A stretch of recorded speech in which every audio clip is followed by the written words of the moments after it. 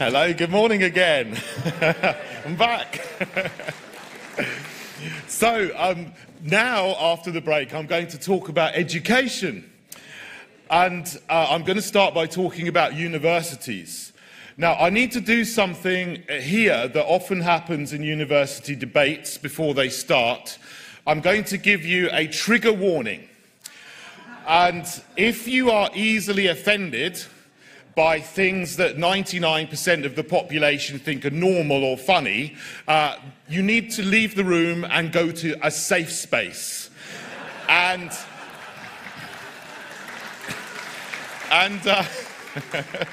just beyond the wall there's a large room where you can get coffee. That's the safe space for this morning. And if you think you might be offended, then you can go. You can go at any time. All right. Now, it was actually about 28 years ago to the day that I left home as an 18-year-old and went to university in St Andrews to study chemistry up in Scotland. And before you start your course, most students who are going to university do something called Freshers' Week. Freshers' Week is a fantastic time for a new student when you're 18. The idea is you find out what clubs are there, you join sports societies, you find out how the town is laid out, all the things you need to know to orientate you to your new life away from home where you're going to be for 3 or 4 years.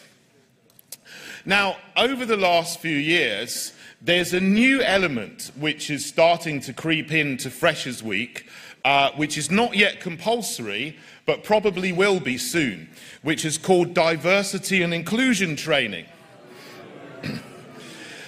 And one of the most important things you learn is that you must avoid microaggressions.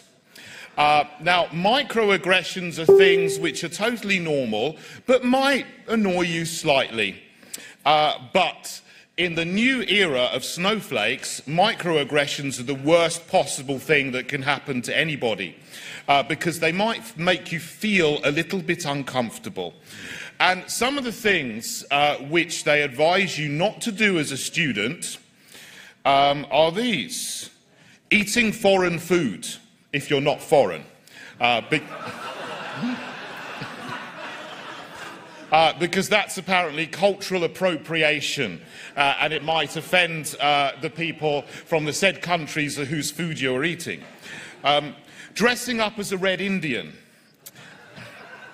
Again, that's cultural appropriation, it might offend people. Not smiling at somebody, which under the CPS's new laws and new regulations could be considered a hate crime if someone reports you if they feel offended. Telling a foreign person that they speak good English because you're identifying someone as foreign. Not sure about that one. Mansplaining. This is when, if you're a male and you explain something to a female because you want to be helpful, apparently that's sexist and misogynistic. Misgendering somebody. Now, at debates, I used to go to debates as a student, and when I would go, I would just introduce myself. I'd say, hello, my name's David. Well, if you go to debates now in some universities, you have to not just say your name, but you have to tell everyone what pronoun you want them to refer you by. So I would say, hello, my name is David and my pronoun is he, because I'm a male.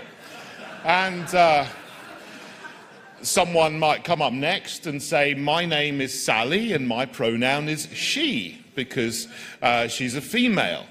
And then the next person might come up and say, well, hello, my name is Unicorn and my pronoun is hin, because they identify as something who is not a male or a female.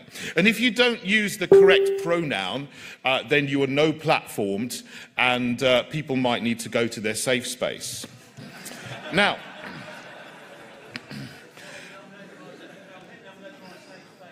okay, bye-bye, Henry.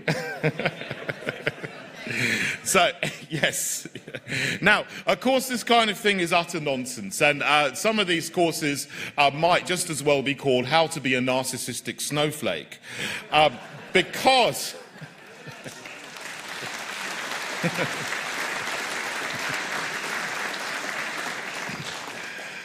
people should be going to university to learn skills and academic subjects with academic rigour. And a lot of people go to university and they come out worse off at the age of 21 than when they went in at 18. That's the truth of what's happening today. There are far too many people going to university. It's wonderful for people who have an academic talent.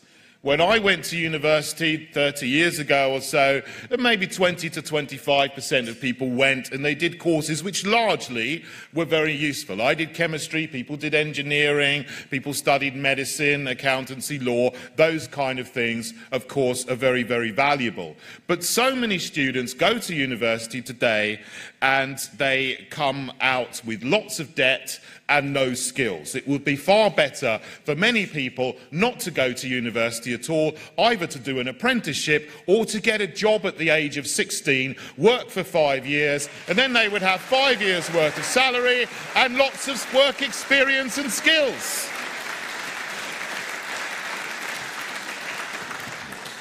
But none of the legacy political parties from the 18th and 19th century seem to have caught up with what's going on in the 21st century. There we go. Now, one of the biggest lies about universities concerns Brexit. And people often say, who are Remoaners, that Brexit is going to hurt universities so badly. They're going to lose lots of money and they'll have to close because they won't attract EU students anymore. Well, this actually is a complete load of bunkum. If you think about universities, there's far too many people going anyway from this country, as I said. But the number of students is about 2.4 million in our universities. There are, of course, parts of our university system which are still fantastic and do provide those wonderful high-level courses which we are world-renowned for providing, and we have been for 1,000 years. So people from abroad do want to come to university. We have about 1.8 million British students and about 0.6 million foreign students, 600,000, of which only about 150,000 come from the EU. Now, in 2014, the number of students coming from China and the Far East surpassed the number of students coming from the EU. And when anyone tells you that Brexit is going to be bad for British universities, for every EU student that doesn't come, there are 3, 4, 5, 10 students from China and the Far East knocking on the door, desperately want to come to study in Britain because they value this country, our heritage, our culture, and they're wonderful students. They behave well, they pay lots of money, and they go home when they finish.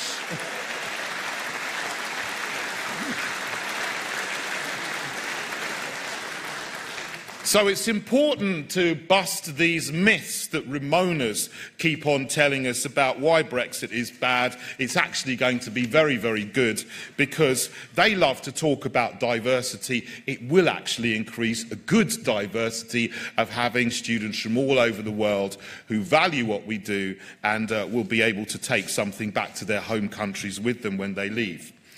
But one of the worst things about universities that ever happened in the time of John Major's administration.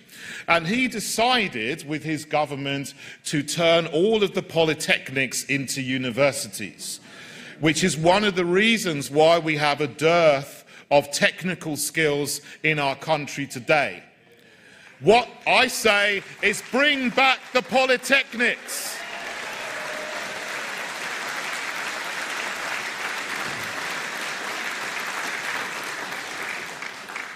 We have an artificially created skills shortage in this country, and therefore we are reliant on bringing skilled people from other countries around the world to work here, increasing our immigration figures and perpetuating the lack of skills in this country, and taking and stealing skilled, talented people from around the world.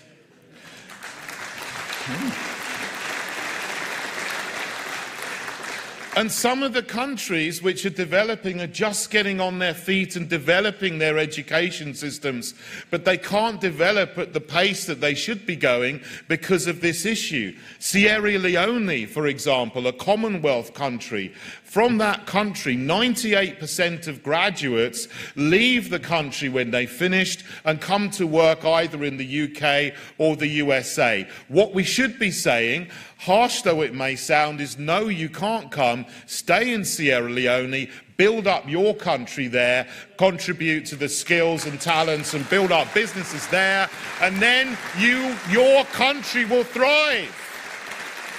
We should stop stealing the best and brightest from around the world, and we should train our own British young people to thrive in this country.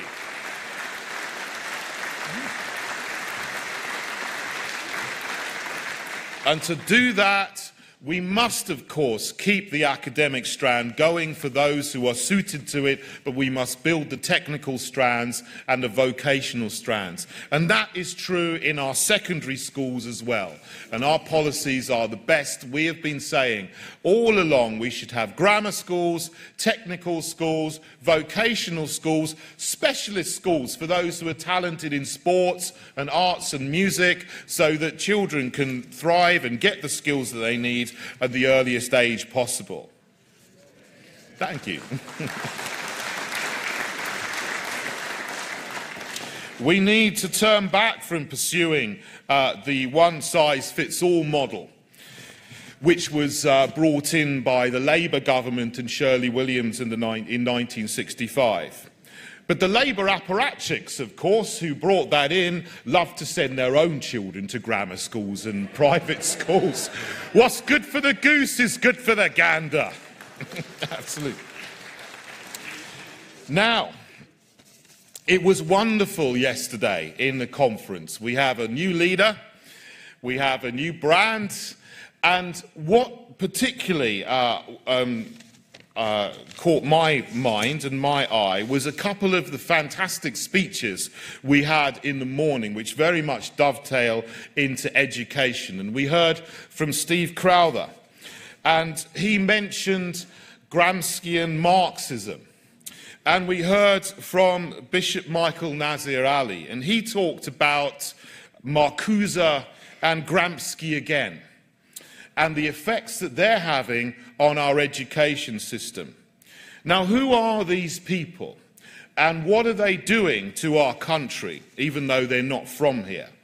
These were two of the leaders of what's called the Frankfurt School, which is a notorious institution set up in the 1920s by some of the outcasts from Lenin, or people who are hanging on to Lenin's Russian Revolution, set up a school in Frankfurt and then went to the USA. And their idea and their aim is to break down and dismantle everything which is in society so they can then bring in Marxism and a Marxist utopia.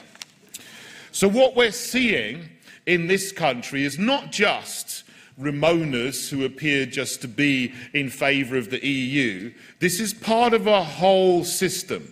They want to dismantle our identity as a nation, hollow out our institutions and subsume us into the EU. These people get into the teacher training colleges in our schools, and as Steve Crowther said yesterday, they want to teach our children that this country is bad. Well, this country is good.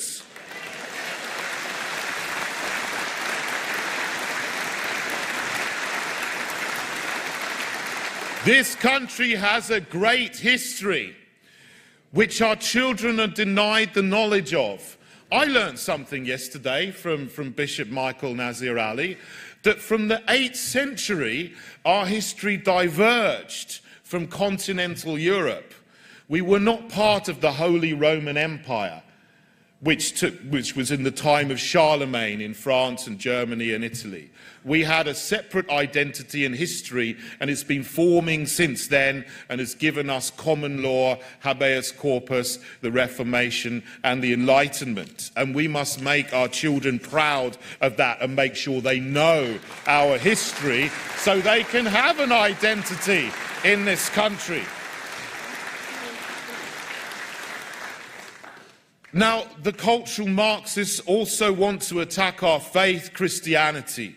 And the great Christian foundations of our nation are being torn down. We've had a cultural revolution in this country which is not violent, has not been violent, but is no less profound than the French Revolution, the Russian Revolution, and the Chinese revolutions. And in the continent, in France, the phrase, the 68ers, is widely understood. The revolution, the Western cultural revolution of 1968 and the 60s, seeks to attack Christianity, it seeks to attack the nation, it also seeks to attack the traditional family and the marriage, and now it's going into attacking the idea of biological sex and gender itself, as we see with the gender confusion going on in our schools at the moment. If you believe in traditional marriage, and it's unbelievable that the Conservative Party broke down the idea of traditional marriage and changed the definition of marriage.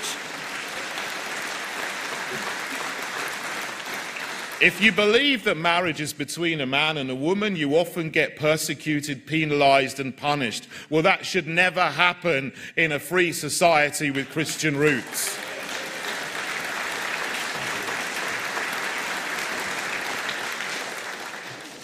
And the next thing coming down the line is a further change in definition. Already legal in Colombia is something called group marriages. 3 men got married in Colombia a few months ago. And the BBC and The Guardian are propagandising this as a wonderful idea. Biological sex, as I said, is being undermined. That's science. And this is why I gave a trigger warning to people, because science is right. There are 2 genders, male and female, which are determined by your anatomy and chromosomes. And if you say that these days, some people will want to drag you before the courts and say that you're committing a hate crime. I was called a transphobic coconut for saying such a thing. I'm not sure what that means, but maybe that's the hate crime, really. Now, the Conservative Party, again, is trying to push something called relationships education on primary schools, which will be compulsory, and parents won't be able to take their children out of it. Well done, sir.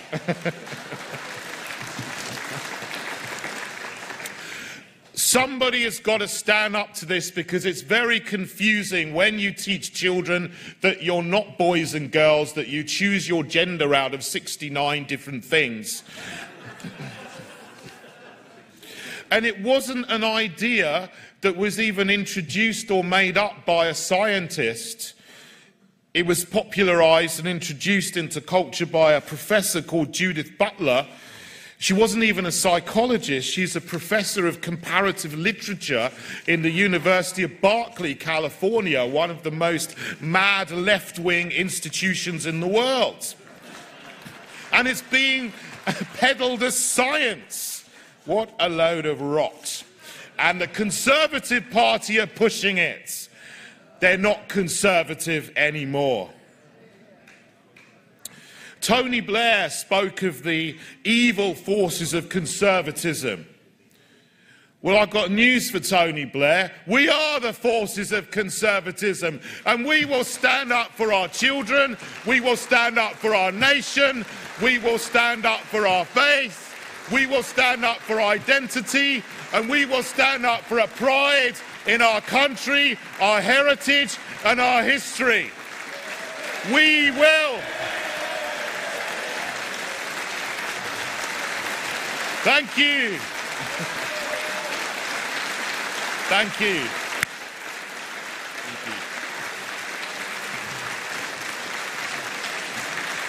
God bless you all.